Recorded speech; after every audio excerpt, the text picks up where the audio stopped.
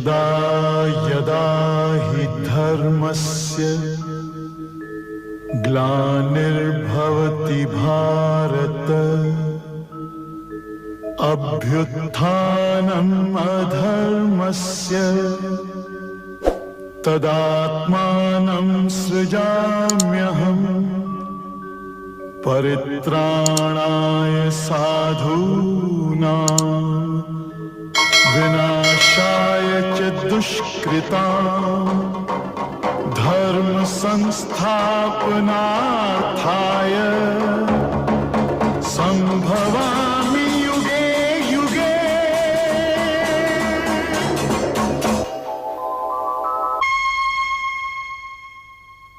आज मैं समय नहीं हूं, क्योंकि मैं तो किसी के लिए ठहरता ही नहीं।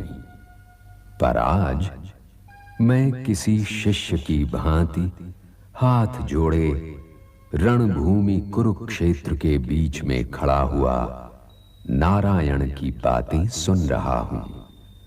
नारायण मेरे और कुंती पुत्र अर्जुन के बीच में है।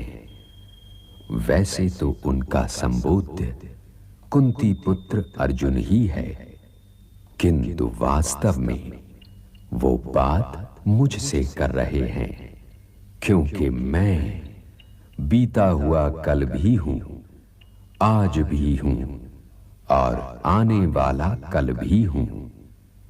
अर्जुन के प्रश्न केवल अर्जुन के नहीं थे, वो प्रश्न तो पिछले युगों के लिए भी प्रासंगिक थे, इस युग के लिए भी प्रासंगिक हैं और आने वाले युगों के लिए भी प्रासंगिक रहेंगे।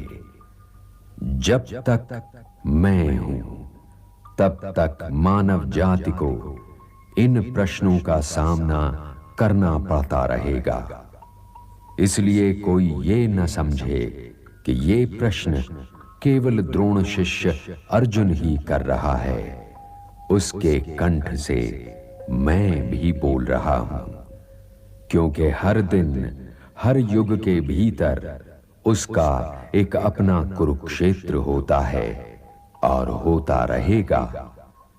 इसलिए हे मानव, यदि अपने वर्तमान और भविष्य का सामना करना है तो कुरुक्षेत्र की ओर मुंह करके खड़ा हो जा और स्वयं नारायण से अपने उन प्रश्नों के उत्तर सुन जो सदैव से तुझे परेशान करते चले आ रहे हैं। इसलिए हे महाबाहो, विजय और पराजय, जीवन और मृत्यु, सुख और दुख के प्रश्नों में ना उलझो और युद्ध करो। यदि इस युद्ध में तुम्हारी विजय हुई तो पृथ्वी का राज्य और यश भोगोगे, और यदि वीर गति को प्राप्त हुए तब भी यश के साथ साथ स्वर्ग पाओगे। इसलिए हे कौन्तेय, उठो, सुख दुख, लाभ हानि, जय पराजय सबको समान समझो और युद्ध करो, कि यही तुम्हारा क्षत्रिय कर्तव्य भी है और मानव धर्म भी। हतो वा प्राप्स्यसि स्वर्गम जित्वा वा भोक्ष्यसे महीम तस्मात् उत्तिष्ठ कौन्तेय युद्धाय कृत निश्चयः।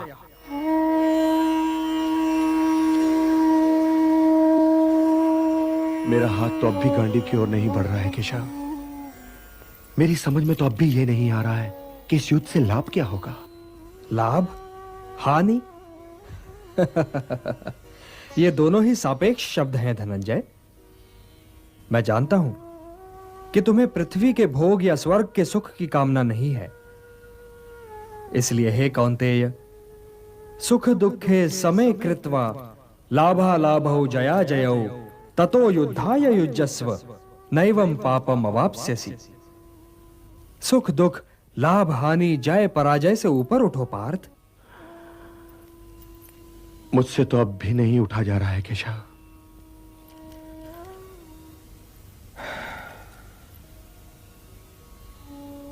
अब तक मैं तुम्हें ज्ञान और विवेक की दृष्टि से समझा रहा था पार्थ, जो जीवन के आर पार देख सकती है और सत्य की गहराई में झांककर उसकी अंतरात्मा का स्वर समझ लेती है। किंतु कदाचित तुम उसकी अमूर्तता में उलझ गए। तो व्यावहारिक कर्म की तुला में इस क्षण को तोल कर देखो पार्थ। व्यावहारिक कर्म की दृष्टि से अपने कर्तव्य के विषय में निर्णय लो, तब भी तुम इसी निर्णय पर पहुंचोगे कि तुम्हारे लिए इस युद्ध में भाग लेना आवश्यक है। यही निर्णय तो मैं नहीं ले पा रहा हूं केशव, नहीं ले पा रहा हूं। तुम ये निर्णय केवल इसलिए नहीं ले पा रहे हो पार्थ कि तुम इस क्षण को केवल व्यक्तिगत लाभ और व्यक्तिगत हानि की तुला में तोल रहे हो। यही तो मोह का बंधन है पार्थ, यही तो तुम्हारे शोक की जड़ है। और इसीलिए तुम्हारा ये कायर, पलाय और कलंक में डुबोने वाला शोक न तुम्हारे हित में है और न ही समाज के हित में। यह शोक न वर्तमान के लिए शुभ है और न ही भविष्य के लिए। लाभ और हानि की इस कामना में न भटको पार्थ, न भटको। केवल कर्म करो, कर्म।